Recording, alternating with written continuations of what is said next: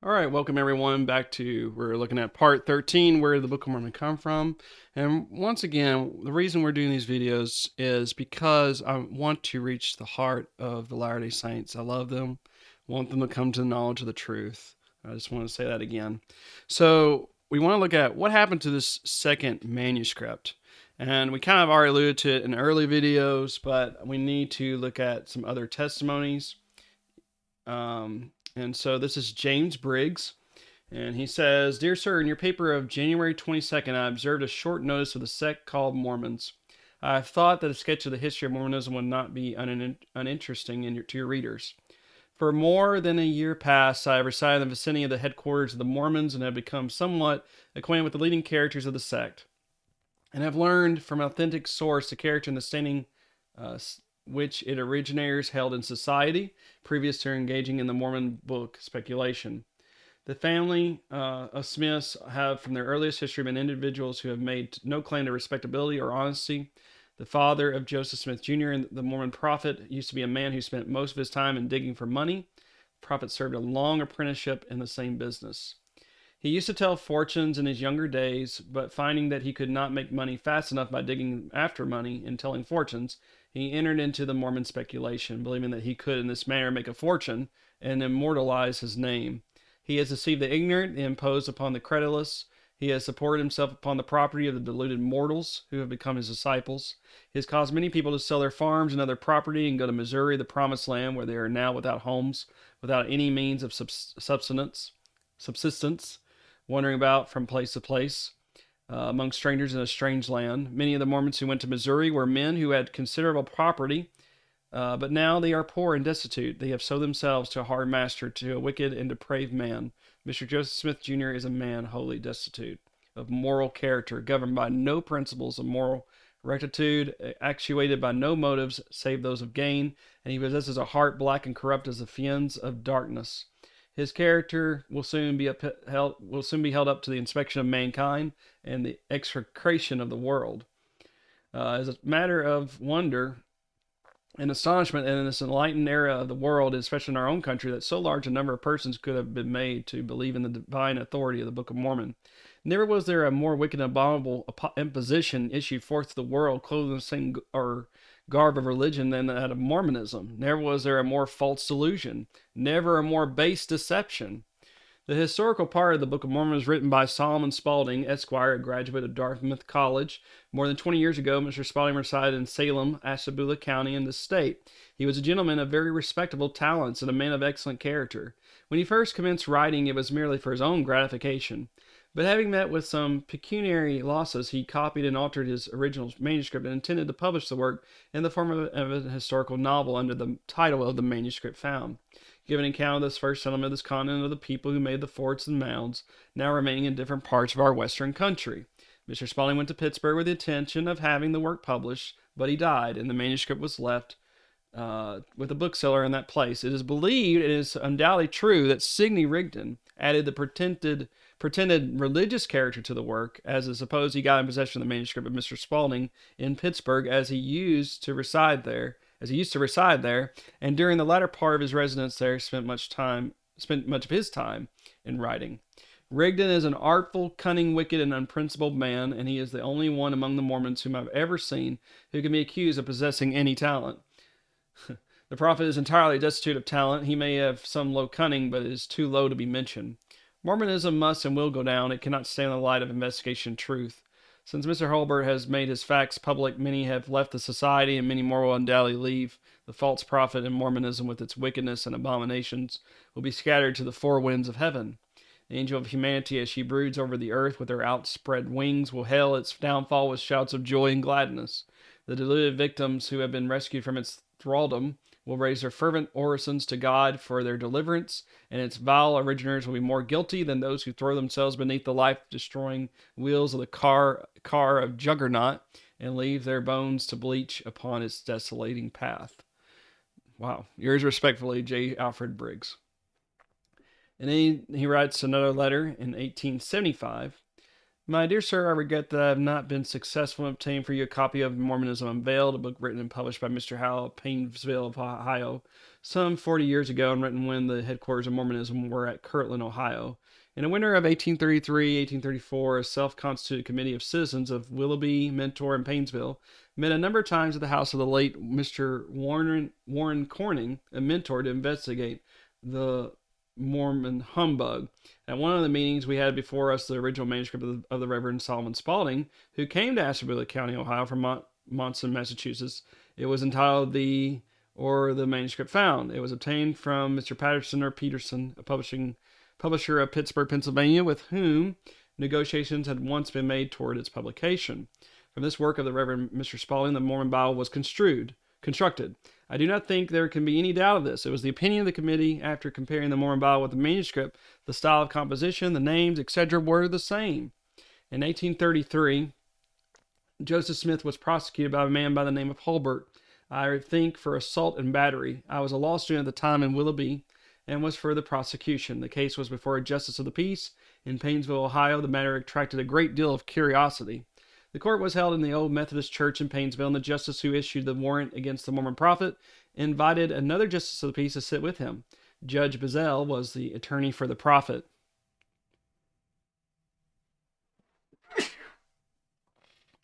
Sorry about that.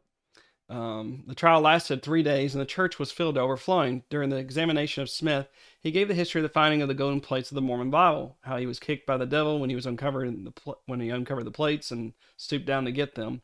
It was an interesting story, and although it had nothing to do with the case under investigation, the court, his own attorney, and the people all desired to hear the narration, and it came out under oath. Smith, Hyde, Pratt, and all the leaders of the faithful were there, except the ablest and most eloquent man among them all, the Reverend Sidney Rigdon. He had been a Baptist minister and was a man of great natural eloquence. He is yet living, and I think could tell something about how the Mormon Bible was manufactured if he would. I guess in my speech to the court in the case, I must have been rather hard on the prophet and his testimony in Mormonism, as I was told that there was one of his brethren that said, if it was not for his religion, he would whip that young Briggs. I sent word to him he could for the once lay down his religion and try it. I was not whipped. Smith was bound over in Mormonism. Persecuted mob turned out has flourished. Yours truly, James Briggs. And also in another letter, 1883, I am indebted to my old friend Mr. Harvey Rice of your city for a copy of his book, Pioneers of the Western Reserve, and published by this. I won't have to read that. Mr. Rice refers to Joe Smith and Sidney Rigdon in the temple the Mormons built at Kirtland. Rigdon was a man of very much intellect. He was a natural orator, had fine command of words, and was a very impressive speaker. He was once a Baptist minister. In the winter of 1833 to 1834, several gentlemen in Willoughby, Painesville, and Mentor formed themselves into a committee to inquire into the origin of the Mormon Bible. The members of the committee in Willoughby were Judge Allen, Dr. Samuel Wilson, Jonathan Lapham, and myself. The committee held several meetings at the house of Mr. Corning and Mentor. The place is now owned by Mr. Garfield. They employed a man by the name of Hulbert, who was once a Mormon, to help in the investigation. He went to Pittsburgh and found a printer there for the manuscript of the book written by the Reverend Solomon Spaulding, the manuscript found. We compared it with the Mormon Bible, and the names and language and style of the Bible were so like the manuscript that all were convinced that the Mormon Bible was made out of this manuscript of Spaulding. A number of letters were received from those who had known Mr. Spaulding, and from all the facts obtained tended to convince the committee that Sidney Rigdon, when he lived in Pittsburgh, copied the manuscript found and from it made the Mormon Bible. In the winter of 1833 and 1834, Joe Smith made an assault upon Hulbert and was arrested on a warrant, and the trial was in the old Methodist church on the southeast corner of the square in Painesville. It lasted for 3 days. Judge Bazell was the attorney for Joe Smith, and I was employed by Hulbert, having been admitted to the bar in October 1833. If there had been reporters in those days, the verbatim report of that trial for assault and battery would be a curiosity. I said to Judge Bazell, now let us have an account of the finding of the gold plates of the Mormon Bible. The finding has nothing to do with the case, but let me ask Smith all about it. The judge interposed an objection to the question, but withdrew it, and he got out the whole history from Smith under oath. He testified that when he dug into the earth and reached the plates, that he was kicked out of the hole he had dug and lifted into the air by some unseen power. The whole trial was exceedingly rich, and the old church was crowded with delighted spectators. In my speech, I paid my respects to one of the leaders of the Kirtland Mormons in such a manner that he said, if it were not for his religion, he would whip that young Lawyer Briggs. Perhaps I'm the only one that has ever escaped a flogging on account of a man being a Mormon. This volume has called up and mentions the names of very many of whom I've known in the 50 years now gone, and bring to mind many incidents of pioneer life that I'd like to record.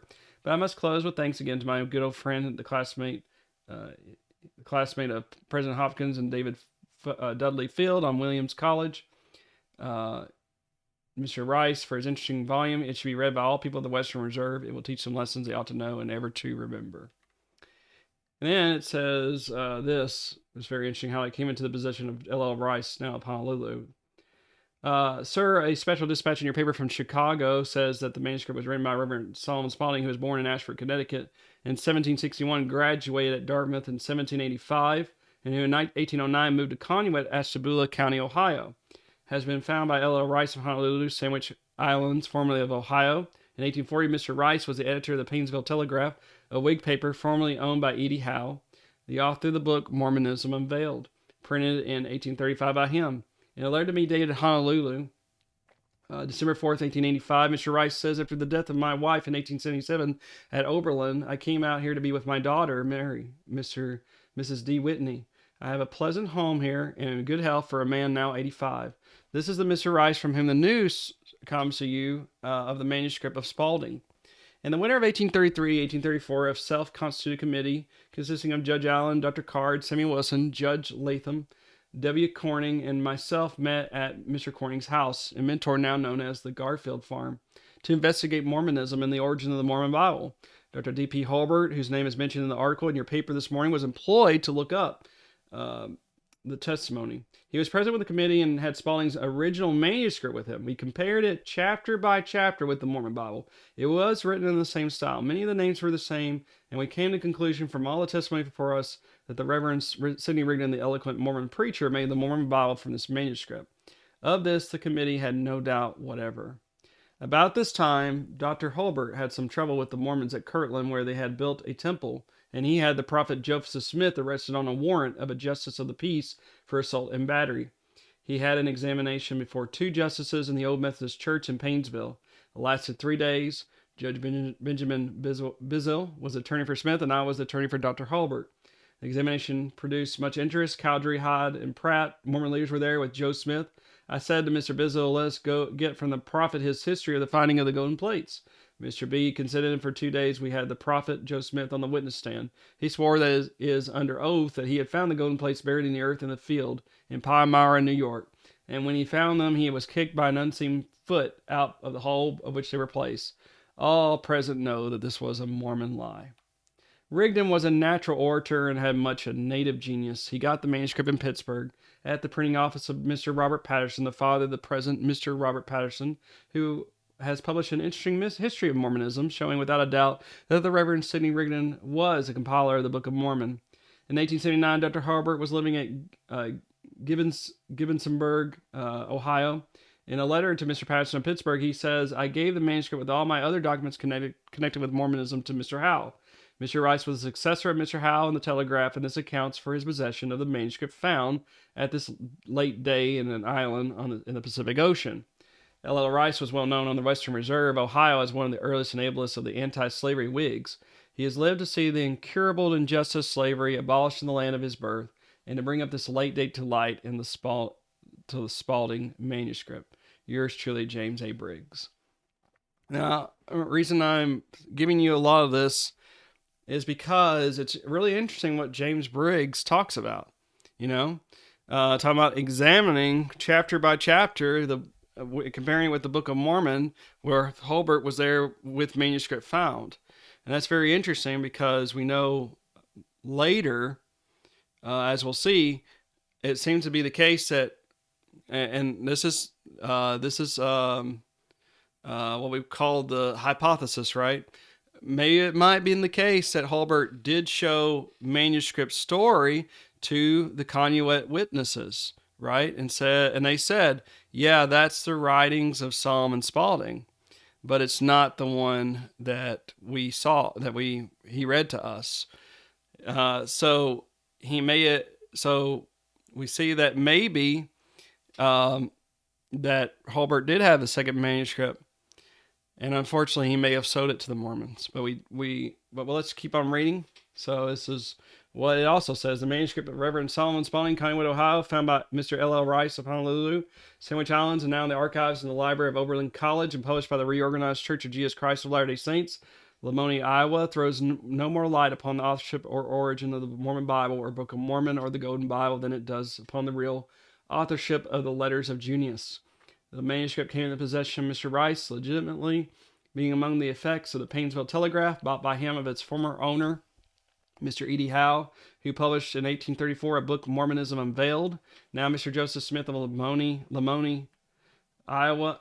You assume altogether too much when you say the newly found missing link completes the chain of evidence, which proves that the manuscript found never was and never could be made the occasion, cause, or germ of the Book of Mormon.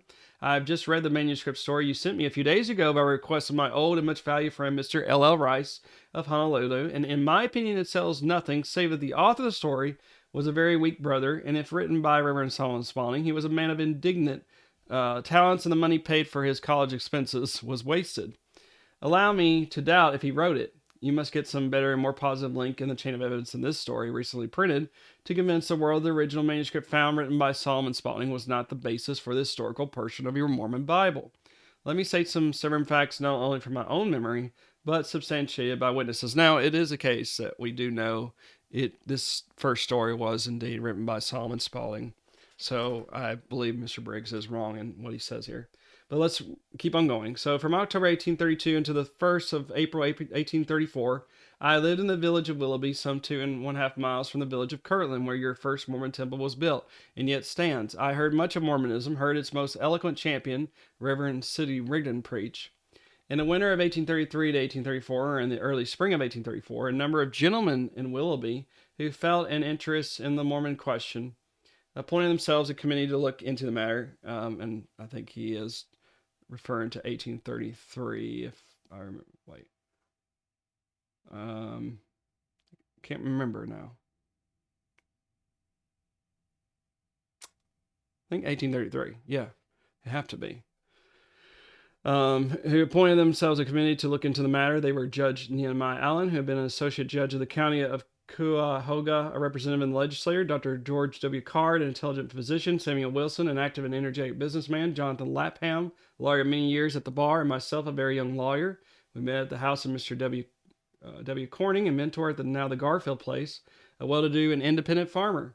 Dr. P. Holbert also met with us. He lived in Kirtland, and during the winter and spring had given much time in looking up evidence and documents to prove that Mormonism was a delusion. He had much of the evidence that he had collected with him. Now I'm very sure he had the identical story that you have printed with him. I remember about the ancient fort at Conneaut Creek, the mound, and the statements, and find the manuscript about the Indians. I have no doubt that Holbert, as he says, gave the story to Mr. E.D. Howe. But I believe he had also with him, and we have before us in that investigation, the original manuscript found, written by Reverend Solomon Spalding. I have said and believe it for more than 50 years that I've seen and had in my hand the original manuscript found from which the Mormon Bible was made. I have no doubt we had the manuscript found before us, that we compared it with the Mormon Bible, that the style in which the manuscript found was written was the same as that of the Mormon Bible.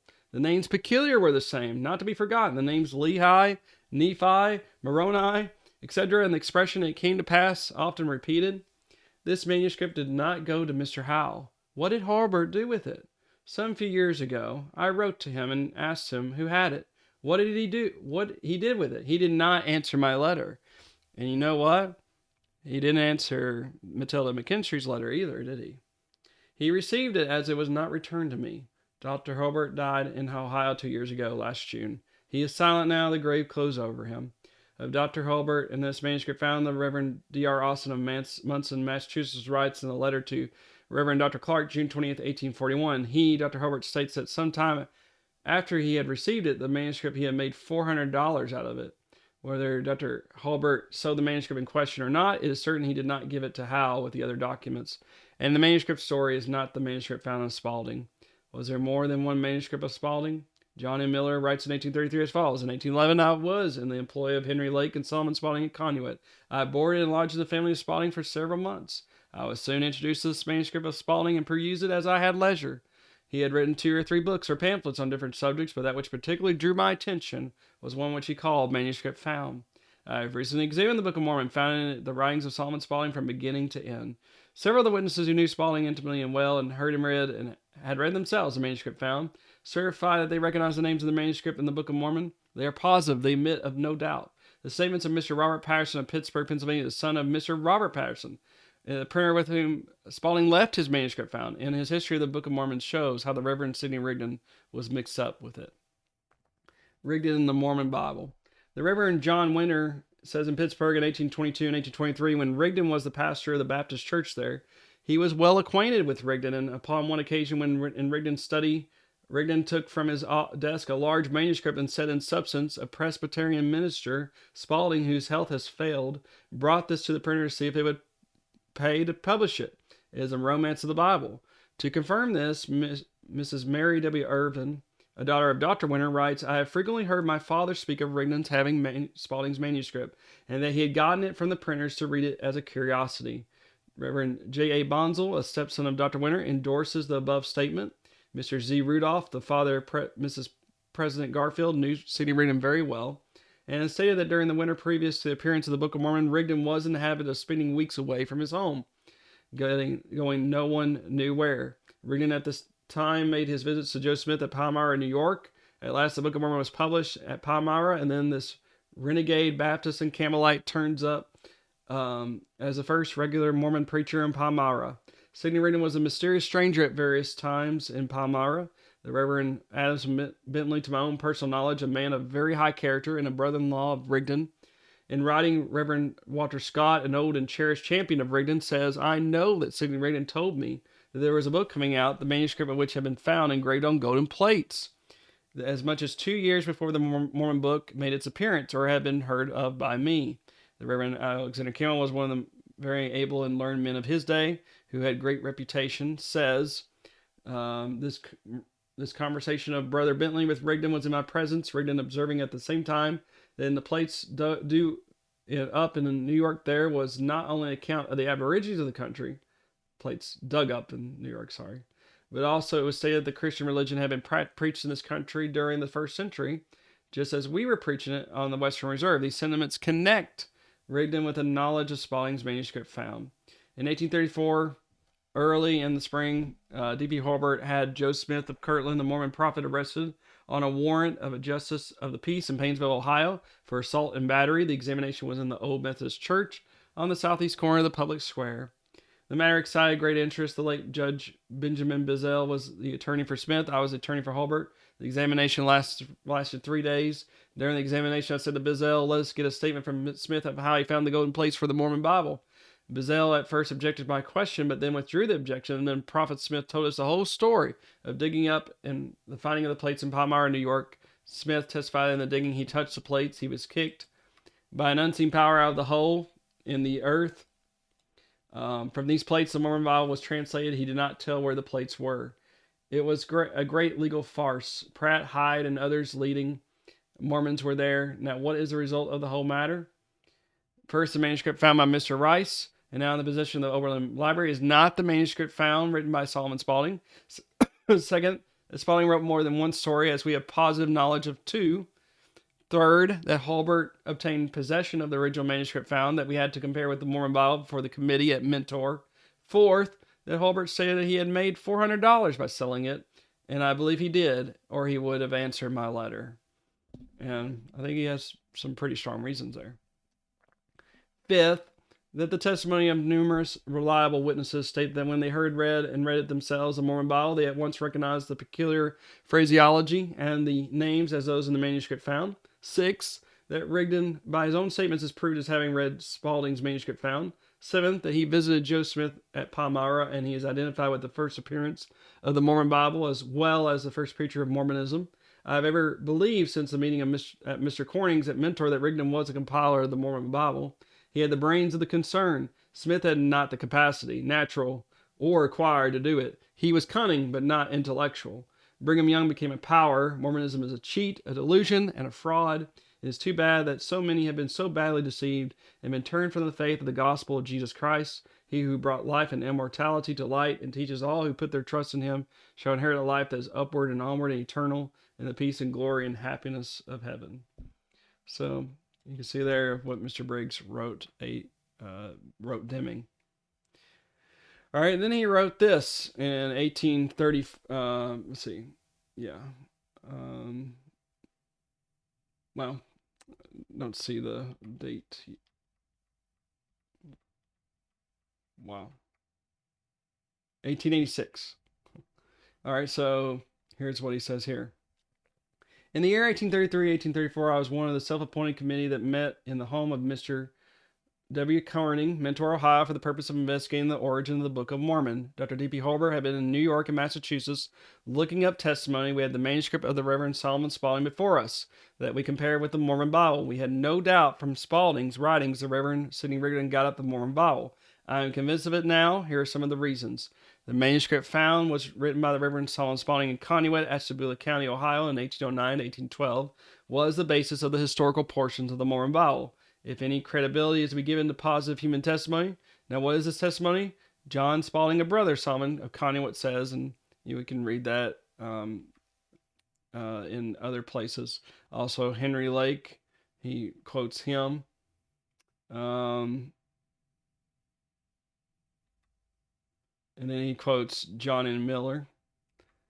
He quotes Aaron Wright. And then let's read what this part says. So he says Aaron Wright, Oliver Smith, and Nahum, he meant Nahum Howard of Connecticut, Conneaut, testify in the same manner and to the same things of being in the manuscript as in the Mormon Bible. Some 8 or 10 other persons of irreproachable character testify as the identity of the manuscript found, as they had read it and heard it read with the Mormon Bible, and their testimony has never been impeached or denied. I have believed since the spring of 1834 that Rigdon got up the Mormon Bible out of the manuscript found, and there are many persons who have testified to Rigdon's connection with the manuscript. They have testified to the intimate acquaintance of Rigdon with Lambden of Pittsburgh, the partner of Patterson Printer, with whom Spalding left his manuscript. The Reverend John Winter says in 1823, and we read that in the last one, so let's just skip that. You can read that later if you like. And then Mary Servet, he spelled her name wrong, and we've already seen what she said, so we're going to skip that. He does quote Mrs. Amos Dunlap. We will get to that soon enough. He quotes Mr. Z. Rudolph. We'll get to that later. He quotes Adamson Bentley again. He quotes Alexander Campbell. Quotes Horace Eaton, and we're going to get to those too. I just want to let you know, if you want to go ahead and read these, you're welcome to. I mean, just stop the video and watch it and read it yourself. Joseph Smith of Lamoni, Iowa, has sent me a copy of the manuscript found by Mr. L.L. Rice of Honolulu and published by the Reorganized Church of Latter-day Saints. This is not a copy of the manuscript found of Solomon Spalding. Mr. Joseph Smith of Lamoni assumes too much when he says the newly found missing link completes the chain of evidence that the manuscript found never was and never could be made the occasion, cause, or germ of the Book of Mormon. The manuscript published at Lamoni is another one of Spalding's and has no more to do with the authorship of the Book of Mormon than it has with the authorship of that most wonderful of all poems, the Book of Job, or the authorship of Junius's letters. It proves nothing. At the meeting at Mr. J. Corning's and Mentor in 1834, I have no doubt we had this very identical manuscript now published among the papers submitted by Dr. Holbert. We also had a copy of the manuscript found that was compared with the Mormon Bible and satisfied the committee had it was the basis of the Mormon Bible. I have said and believed since 1834 that I have seen and examined the original manuscript found of Solomon Spalding, which Sidney Rigdon got up the Mormon Bible. I believe, as Dr. Herbert said, that he sold the manuscript for $400. It is certain that he had it and who, but the Mormons would buy it. 3 years ago, I wrote to Holbert and asked him about the manuscript found. He did not answer my letter. He is now dead. He was once a Mormon. For some reason, in 1833, he had some difficulty with the saints in Kirtland. The last known of the manuscript found when it was in Holbert's hands. It was not given to Mr. Howe of Painesville. Now, there's no doubt that the Reverend Solomon Spalding wrote the manuscript found, that the historical part of the Book of Mormon was taken from that manuscript, if human testimony is to be relied on as any validity. That Sidney Rigdon had the original manuscript in his possession, read it first as a curiosity, and then used it to get at the Book of Mormon, a sham, a fraud, and a deception, and then that he was the first to preach the delusion, are facts. This fact should not be lost sight of, that Solomon Spalding wrote 2 or more pamphlets on different subjects. So as you can see, there's a lot to be said there, right? And let's keep on reading. So the article in the Evening Star of a recent date referred to by John Irvin is full of errors. The manuscript found written by the Reverend Solomon Spalding, from which the Book of Mormon or Mormon Bible is made, is not in the possession of Hiram College.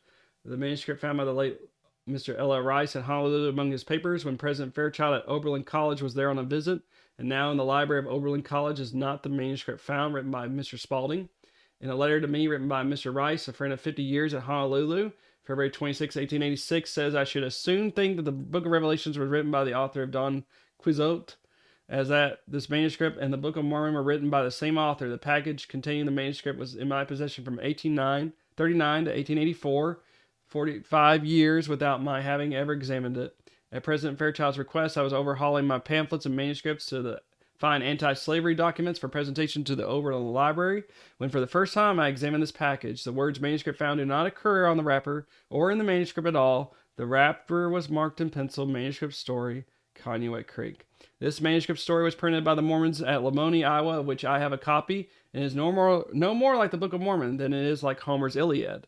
Mr. Lewis L. Rice died at Honolulu, April 14th, 1886. He was for many years publisher and editor of several papers on the Western Reserve, and when he bought the Painesville Telegraph in 1839 of Mr. E.D. Howe, the manuscript in question came into his possession, among other papers. And this manuscript, Mr. Rice, in his letter to me, is not of much importance, except it may be useful to the Mormons to show that it is not the original of the Book of Mormon. But that does not prove that some other writing of Spalding was not used in getting up the Mormon Bible. I'm sorry, I had that twice. I think and then he wrote this one in the New York Times. To the editor of the New York Times article in your paper of yesterday, our Mormonism contains some errors. The Reverend Sidney Rigdon, who unquestionably compiled the Mormon Bible from the manuscript found of the Reverend Solomon Spalding, a graduate of Dartmouth College, never was an apostate from his Mormon faith. He was a man of much native eloquence. If the testimony of credible witnesses is to be believed, he got up the Mormon Bible. The manuscript found, said to have been found in the possession of Mr. L. L. Rice, who died at Honolulu on the 14th of April, 1886, is no more like the Mormon Bible than the Book of Job is like Pope's essay on man. I have a copy of the manuscript that Mr. Rice has in his possession, and it came to him when he bought the printing office of the Painesville, Ohio Telegraph of the late E.D. Howe, author of Mormonism Exposed. It was among the papers of the office, and on the wrapper was written a manuscript story. When President Fairchild of Oberlin College was on a visit to his old friend, Mr. Rice, in Honolulu a few years ago, he asked Mr. Rice to examine his documents to see if he could not find some anti-slavery pamphlets for the library of Oberlin College. Mr. Rice was one of the first anti-slavery editors in Ohio. Among them, Mr. Rice found his manuscript story. It was copied verbatim et litteram and printed by Joseph Smith, the son of the prophet. And I have now a copy of the little book, also a letter from Mr. Rice, telling how it was found and of his giving it to President Fairchild to be preserved in the library of Oberlin College, where it is now for safekeeping and of no special value. Mormonism was a great fraud. I have for some 18 months in Willoughby, Ohio in 1832 to 1834, within 2.5 miles of the Mormon temple in Kirtland, knew Joe Smith, Cowdery, Pratt, and Hyde, leaders of the faithful, heard Joe Smith in a justice court where he was before it on a charge of assault and battery, testify as his finding the golden plates of the Mormon Bible and how he was kicked out of the hole in the earth whenever he was digging when he struck the plates by an unseen power. If there had been a newspaper reporter at that 3 days hearing in the old Methodist church in Painesville, it would have been one of the most interesting and curious chapters in history. What a blessing reporters are. We cannot be too thankful for them. And so, I hope you can see what all we see there. We will pick up with more of this later, and we appreciate you. Let me go this. So here is basically what we see, friends. We see in 1809, Spalding begins the first manuscript story. Josiah, his brother, visits Spalding during the winter of 1811-1812. He left the spring of 1812, and he saw manuscript 1 still being worked upon. But it seems that Spalding lays the manuscript 1 aside. It's incomplete. The story it ends abruptly. He begins manuscript 2 sometime in the spring of 1812. It is incomplete prior to Pittsburgh. He reads it to his friends and neighbors while he's there in Conneaut. He moves to Pittsburgh, and he's still working on the incomplete manuscript number 2. He moves there sometime in the autumn of 1812. He submits it to R&J Patterson for possible publication, but he needed to polish it up, finish it. Oliver C. Silas Ingalls said that he needed to provide some money for security. Well, he was unable to do that at the time, so it was returned to Spalding prior to Amity, says the widow, McKee, and Miller. And he seemed to work on it more in Amity. He worked on the title page, preface, etc. It seems like in 1815, 1816, he submits it again, but this time it turns up missing. And it seems like Sidney Rigdon probably stole it and copied it and returned it. Spalding tells John Miller, his wife, and Cephas Dodd who the thief was, Sidney Rigdon. And he died in October of 1816. It seems like maybe that manuscript was given back, put in the trunk, and Hulbert, he got both manuscripts. And unfortunately, he did show the manuscript found to the committee there that James A. Briggs was a part of. They examined it with the Book of Mormon. And then later, Hulbert, he actually shows the first manuscript to Aaron Wright and some others. And they said, yes, this is Solomon Spalding's handwriting, but this is not the same book.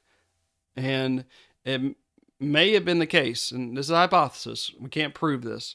And that's probably why he may have done that. Well, Hulbert may have done that because he realized, okay, I know this is from Solomon Spalding.